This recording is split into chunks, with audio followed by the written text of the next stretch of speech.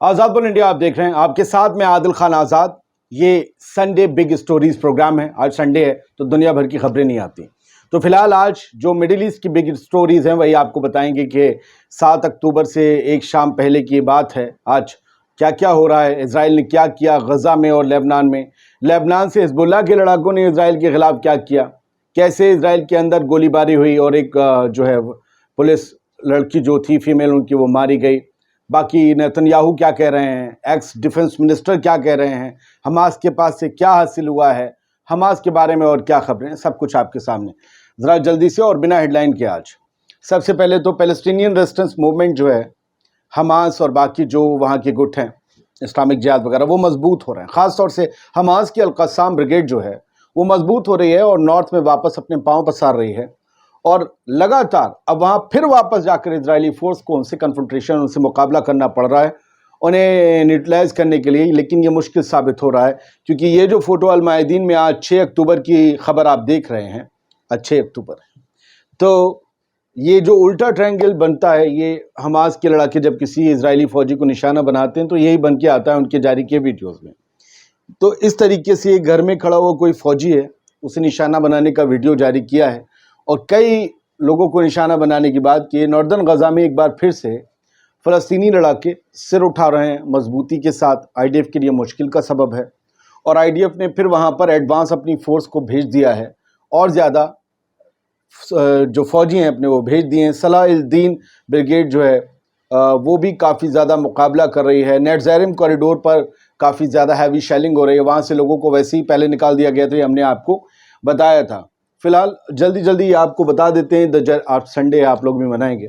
دا Jerusalem post جو ہے اس نے خبر دی ہے، اسرائیلی بارڈر پولیس کی ایک آفیسر، ایک فیمیل آفیسر ماری گئی ہے۔ یہ 19 سال کی ایک لڑکی تھی، وہاں افسر 19-18 سال میں بن جاتے ہیں، اور یہ بیر شبہ میں ایک گولی باری کی واردات ہوئی ہے، انسیڈنٹ ہوا ہے۔ اس میں 9 اور لوگ زخمی ہیں، کچھ کی اور حالت جو ہے سیریس بتائی جا رہی ہے، کیا پتہ ان میں سے کسی کی جان چلی جائے، اور اسرائیل نے اسے ٹیرر اٹیک بتایا ہے۔ 9 زخمی ہوئے ہیں، 9 لوگ۔ ایک جو لڑکی ماری گئی اس کا انہوں نے فوٹو بھی دیا ہے، یہ بہت ہی بھیڑ بھاڑ والے علاقے میں ہوا۔ یہ وہ لڑکی ہے جس کا انہوں نے فوٹو لگایا ہے، اور ان کا نام بتایا ہے کہ یہ شیرا چایا سوسلک، اور انہیں جو اس لڑکے نے مارا ہے وہ 29 سال کا ہے آدمی، اور اس کا نام احمد سعید سلیمان بتایا جا رہا ہے، اور یہ اسرائیل کا ہی ایک سٹیزن ہے جو بدو قبیلوں سے آتا ہے، ایک بیدوین ہے، تو یہ بتایا گیا ہے۔ میں نے لگا آپ کو بارے میں ڈیٹیل دے دیں کیونکہ ایسی بھی خبر ہے، اور ہم نے بھی دکھائی تھی کہ کچھ لڑاکے لیبنان سے گھسے ہیں اسرائیلی سرحد میں، وہ آنا جانا رہتا ہے، لیکن انہوں نے کوئی انسیڈنٹ ابھی تک تو نہیں دیا انجام، تو وہ خبر سورسز کے حوالے سے تھی۔ اب کیا کھدیڑ کر اسرائیلی فوج نے انہیں واپس بھیج دیا لیبنانی سرحد میں، یہ بھی ابھی کچھ کنفرم نہیں ہے، لیکن آگے بڑھتے ہیں، جو خبر چھپ چکی ہے اس کی بات کرتے ہیں۔ ہم نے اسی دن کہا تھا وہ کنفرم سورسز کے حوالے سے انکنفرمڈ خبر ہے، کسی کے حوالے سے اندازہ ہے، کہا جا رہا ہے، سورس، یہ خبروں کے ایک طریقے ہیں کہنے کے، انہیں سمجھا کریے۔ کنفرم خبر یہ ہے جو الجزیرہ نے چھاپی ہے کہ 26 لوگ مارے گئے ہیں اسرائیلی بمباری میں غزہ میں۔ اسرائیل نے مسجد پر اور اسکول پر زبردست بمباری کی، میں نے اس کے متعلق آپ کو پہلے بھی بتایا تھا۔ یہ ایک بہت بڑی خبر ہے جس کی اب پوری دنیا میں مذمت ہو رہی ہے۔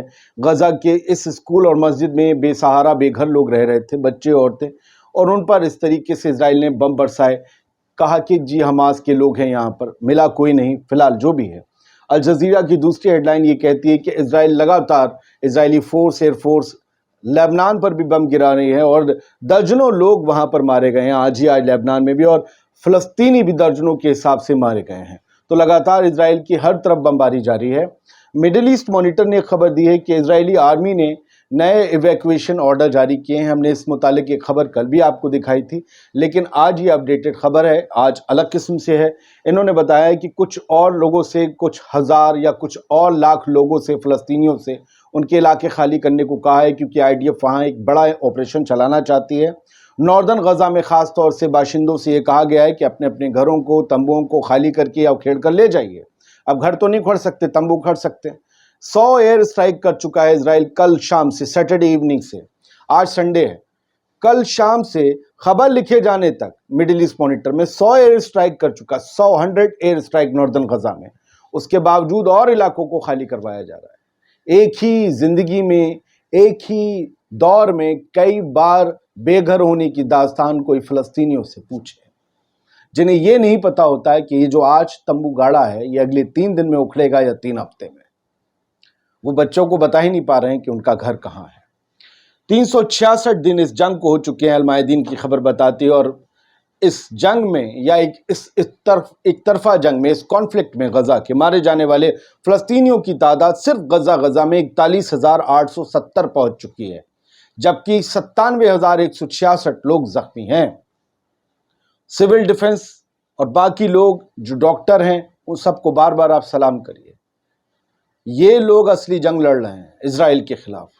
یہ لوگ ہیں جو ملبوں کو ہٹاتے ہیں، مشینیں ہیں نہیں، کیسا زور لگا کے لوگوں کو زندہ بچاتے ہیں، پھر لے جاتے ہیں اسپتالوں، پھر ڈاکٹروں کا کام شروع ہوتا ہے، جو دن رات ایک کیے ہوئے ہیں، شاید کچھ 1-2 گھنٹے کی نیند لے رہے ہیں 1 سال سے۔ ہو سکے تو ان کی سلامتی کے لیے دعا کیجیے گا۔ The Jerusalem Post کی ہیڈ لائن کہتی ہے IDF announced fallen soldier Nir Haddad has come to wounds after 4 months۔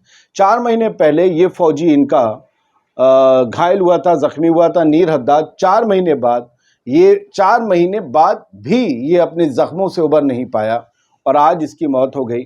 6 اکتوبر میں یہ خبر چھپ گئی The Jerusalem Post میں۔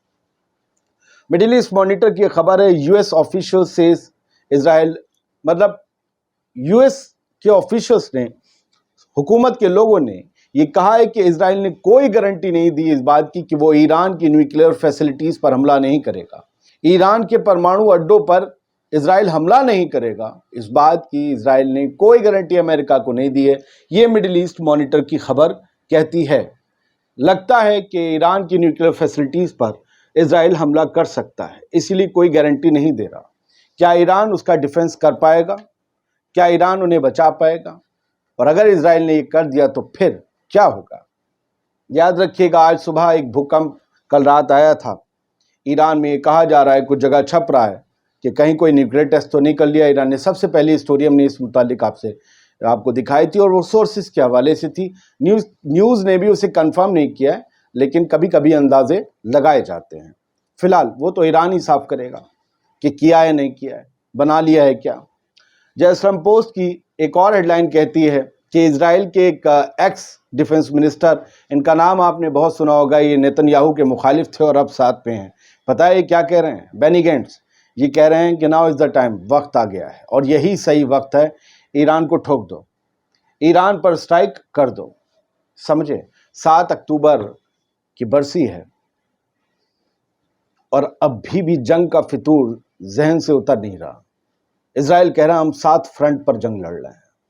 آپ کو حاصل کیا ہوا کسی ایک فرنٹ پہ؟ آپ کی عوام روز خوف کے سائے میں سوتی ہے، آپ کی اکنامی تباہ ہو رہی ہے، غزہ اکیلا تباہ نہیں ہوا۔ آپ کی عوام سے پوچھئے کیا وہ بے فکر ہے، وہ بے خوف ہے؟ پوچھئے ان سیٹلرز سے جو 60,000 کی تعداد میں بھاگ آئے ہیں نارتھ سے، کیا وہ واپس لوٹ پائیں گے؟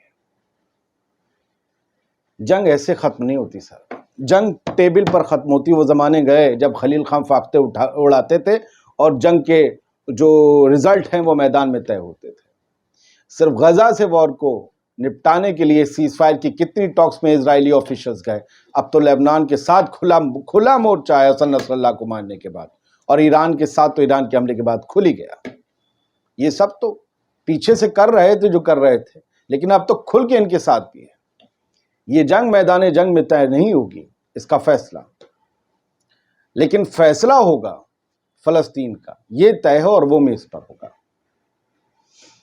Iran ready for any situation against Israel, IRGC navy chief, IRGC کے نیوی کے چیف، انہوں نے یہ کہا ہے کہ ایران ریڈی ہے پوری طریقے سے کسی بھی سچویشن کے لیے، اسرائیل کے خلاف ہم کچھ بھی کرنے کے لیے تیار ہیں، وہ ایک حماقت کر کے دیکھیں۔ اور ایڈمرل علی رضا تینگسیری نے یہ بات کہی ہے۔ عراق کی طرف سے بھی لگاتار اسرائیلی قبضے والے علاقوں پر اٹیکس جاری ہیں۔ عراقی ریزسٹنس نے آکوپائڈ جو گولان ایریا ہے قبضے والا، اس ریجن میں 3 اٹیکس انجام دیے ہیں، ڈرونز داغے ہیں، راکٹس داغے ہیں، اور اسرائیل کی فوج کا نقصان کرنے کا دعویٰ کیا ہے۔ اس سب کے باوجود 1 سال جب 7 اکتوبر کا ہونے جا رہا ہے